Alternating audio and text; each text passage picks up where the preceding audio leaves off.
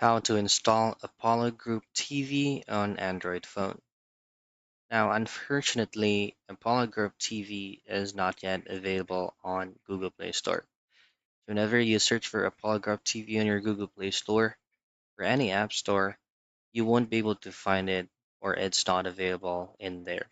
So what you want to do on your end is just to open up any preferred web browser that you can use on your mobile device, and then just simply head out into the search box and type in Apollo Group TV APK. Now we will be manually downloading it. Now from here, just simply choose on your trusted sources.